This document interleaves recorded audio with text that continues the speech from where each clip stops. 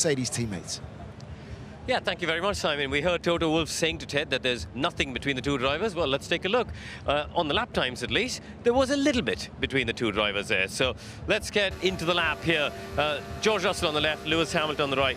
Down to turn one. Lewis, a little bit of correction. George, a bit more understeer carrying through the apex of the corner. Lewis, the rear of the car, just a bit edgier. He did have a bit less downforce, I think, than George. So there's going to be some differences there. Into the apex of three, again, hardly anything, maybe a car length between them. And now coming through four, watch Lewis's hands here. He starts to open up the wheel, but then picks up some understeer that pushes him out onto that outside curb. Through turn five, comfortable for both cars through there. And into six, we'll try and get a reference point just at that inside curb. You can see George slightly in front as he gets to that inside curb of turn six.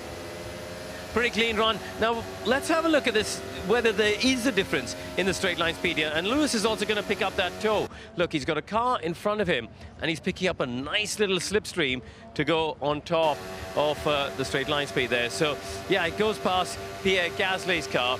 And as we get down towards turn 9, we'll try and pick the reference here, the 50-meter board. And actually, he's not gained much, has he? You could see the 15 board is still up there. So despite that toe, Lewis hasn't actually gained anything on George. Through 9, you'd see both drivers pretty similar line and positioning. You can use that white line as a reference.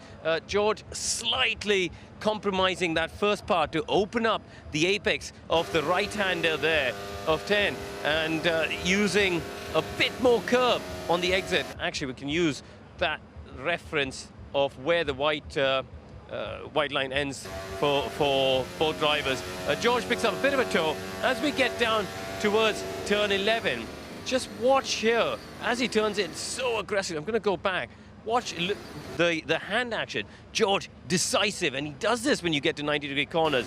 Just one strong input, aggressive on the wheel. Lewis creeps up on that wheel a little bit more than George, but then seesawing on the wheel because he's hit the apex curb a bit too hard.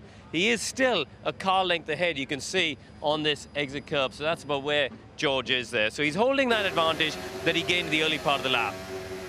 Into the last few corners, and now this one for me, the penultimate corner here, is one where we've seen lots of drivers locking up. George there having a correction of the wheel earlier, Lewis having correction a bit later on.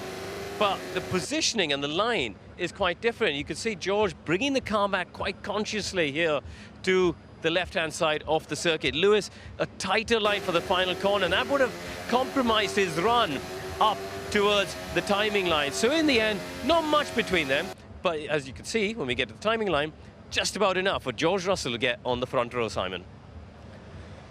Yeah, great stuff.